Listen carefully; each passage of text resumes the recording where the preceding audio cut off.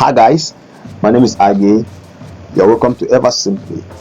In this video, I'm going to start talking to you people about a Python web framework known as Pywebio. I know you must have heard about Django, you must have heard about Flask. As you all know, Python is one of the most popular programming languages, and it is being having vast application in industries. It's a low-code Python web framework for developers who like to build web apps without being bothered by front-end code. So Pywebio will do everything for you. You just need to write your program in Python, and then it will do the rest for you. You can see examples here on their website. Okay, you can go to their GitHub repository to see some of the things they have there. And also, if you want to get started, you can check their video here on the website. Now, to get started, you need to install Pywebio on your machine. Either if you are using a virtual environment, you can install it on your virtual environment, or you can install it directly on your PC. So you can go to command prompt, then change directly into your root directory where your Python is installed. Mine is C/Python. I need to run pip install Pywebio. I have it already installed on my system, so it will tell you that requirement already satisfied. But for you, if I'm installing it for the first time, it will download the packages and install it on either on your virtual machine or on your PC. So let me close this, and then let me go back to my desktop and create a folder for this tutorial. Okay, let me call it Pyweb. Then let's come back to our VS Code, and then I'll open the folder. Where is the folder? Open folder. Okay, Pyweb is here. So let's create our first Pyweb app. Okay, or let's just call it web app 1. Our first web app.py. Now we are good to go. Alright, now just like every other Python module, you need to import it inside your script. Now in Pywebio, we have basically two of the modules we're making use of. That is the output and the input module. So let's import this. The output module handles everything about displaying data to the user. So we're going to import everything from that module, or you can import the namespace you want to import. So let me try to type some of this. Put. You can see inside the output module, these are some of the things you have: grid, HTML, image, info, link, process bar, tabs, message, and everything. So most of these are about output modules or namespace in that module. But I'm going to import everything so that anything we want to use, we can call it straight up. Also, I'm going to import from Pywebio.input. I'm also going to import everything from there. Alright, the input handles whatever the user will put in.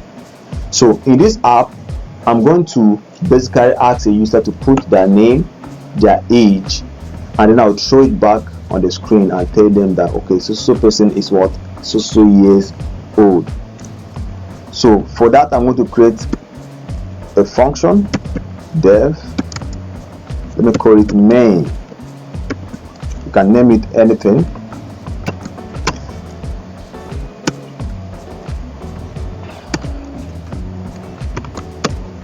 Alright, and I'm going to call it name, and then I will call one of the inputs from the input module. Alright, and if you see what's on the screen here, these are the requirements for the input namespace. It must have a label, and then you can specify the type, Okay, and then you can validate it and do a lot of those things. We are going to touch almost every of these things as we progress in this class. So first thing first, let me call the name. That's the label that's going to be shown on your input field. All right, then you can specify the type. In my own case, we are going to be talking about text, so that one doesn't need quotation.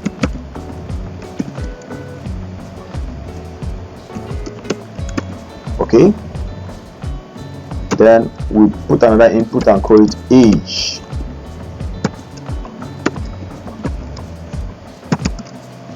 Okay, input, then the namespace, the label, we call it what? Age. Then we specify the type.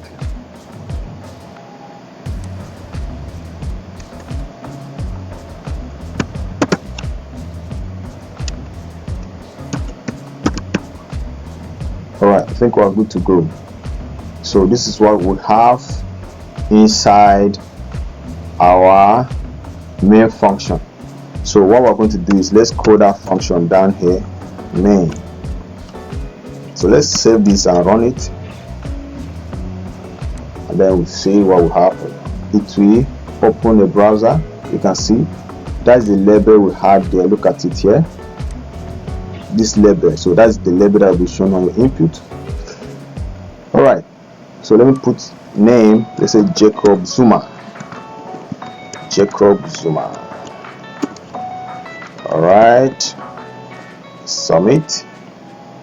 Age 97 years. Okay, you can see that works. Nothing happened because we didn't put any output. So let's go back here and say that okay, if a user enters that input, put out text to the person. Now let's use the normal formatting system. Then let's format it.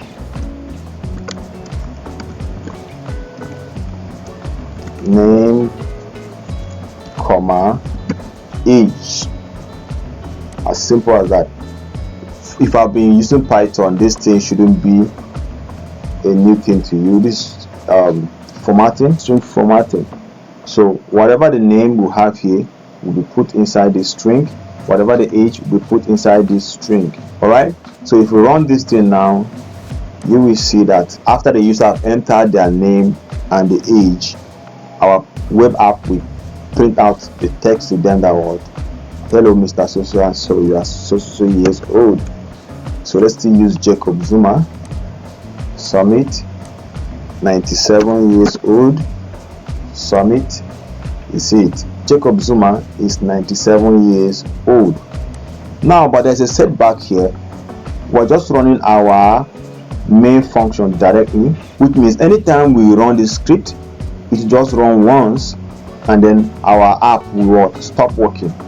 So if I go back to this place and I want to run the app again, determine that this site cannot be reached.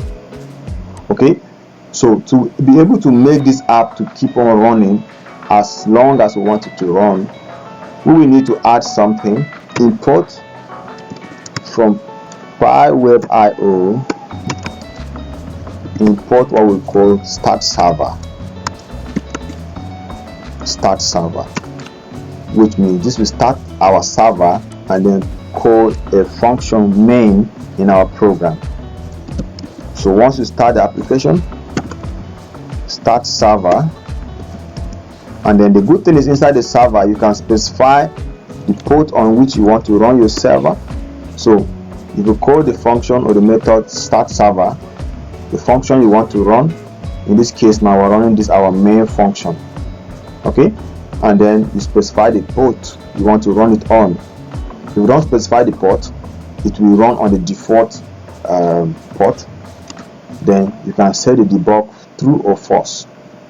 Now if we run this program now, save it and run it, now it is no longer just running the script. It now gives us an IP address with the port number.